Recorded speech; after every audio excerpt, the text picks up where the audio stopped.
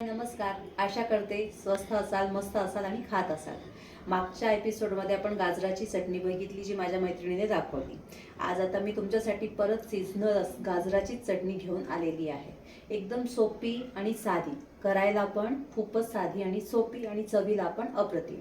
Specially जे मुलं आहेत किंवा बॅचलर आहे किंवा रूमवर राहत आहेत त्यांना गाजर खावेसे वाटत असतील, डोळ्यांसाठी ते अप्रतिमच असतात, छान असतात, त्याच्यात विटामिन भरपूर असतं. तर त्यांच्यासाठी ही चटणी एकदम सोपी आणि साधी आहे करायला. तर चला आपण बघूया आपल्याला लागणारे साहित्य. एकदम कमी साहित्यात होणारी ही चटणी आपली आहे. गाजर त्याला मी स्वच्छ धुवून त्याचे साल काढून आणि किसून घेतलेलं आहे. थोडीशी मोहरी, थोडंसं जिरं, तुम्हाला जिरं आवडत असेल तर तुम्ही टाका, नाही तर स्किप करू शकता. हिरवी मिरची एक अख्खी, तिला एकदम बारीक चिरून घेतलेलं आहे. लिंबू चवीनुसार, मीठ चवीनुसार आणि फोडणीसाठी थोडंसं तेल. आता आपण वळूया आपल्या कृतीकडे. आणि हिंग, हिंग पण ऑप्शनल आहे, जर कधी तुम्हाला आवडत असेल तर तुम्ही ॲड करू शकता त्याच्यामध्ये. आता जे आपला गाजराचा कीस होता तो एका मोठ्या बाउलमध्ये मी ट्रान्सफर केला आणि सोबतच त्याच्यामध्ये कोथिंबीर बारीक चिरून टाकून घेतलेली आहे. आता आपण तयार करूया फोडणी. एकदम सोपी रेसिपी आहे, काहीच मेहनत नाही आहे आणि चवीला पण छान लागते.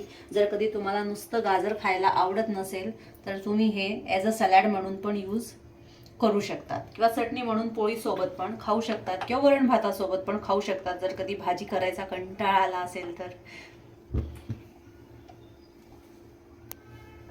गृहिणींसाठी महत्त्वाची टिप राधाने आत्ता दिलेली आहे आपल्याला.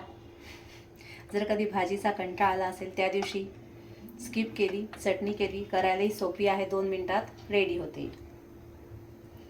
तेल तापू द्यायचं आहे. आणि हिवाळ्यात तुम्हाला सगळ्याच भाज्या खूप छान मिळतात, त्यामुळे कोथिंबीर सुद्धा आमची अशी लुसलुशीत मस्त फ्रेश अशी आहे. याच्यात टाकावी आपण 1 चिमूटभर कोथिंबीर. याच्यात आपण आता मोहरी टाकलेली आहे. सॉरी, थोडंसं जिरं आवडीनुसार, हिंग थोडासा आणि ही एक बारीक चिरलेली मिरची हे मी फोडणीत टाकते. आता एक छानपैकी थोडंसं मिक्स झालं. आता ही फोडणी याच्यात घालून घेऊया. वरून याच्यात थोडंसं मीठ ॲड करूया. आता आपण आपल्या चवीनुसार, तुम्ही कमी जास्त ते ॲड करू शकता. आणि थोडासा लिंबू पिळून घ्यायचा आहे.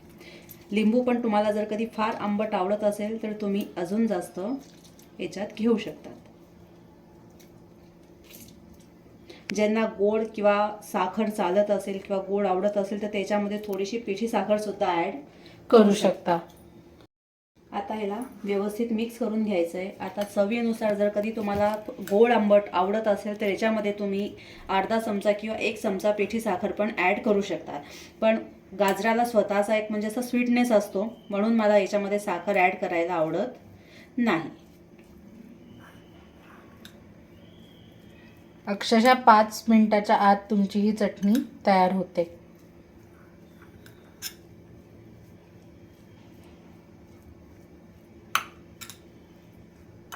आता हे छान मिक्स करून आपलं झालेलं आहे. आता आपली ही साधी सोपी खायला उत्तम गाजराची चटणी तयार आहे. नक्की ट्राय करून बघा आणि रेसिपी कशी वाटली ते आम्हाला कमेंट्समध्ये सांगा. सगळ्यात महत्त्वाचं, खात राहा, आनंदी राहा, मस्त राहा.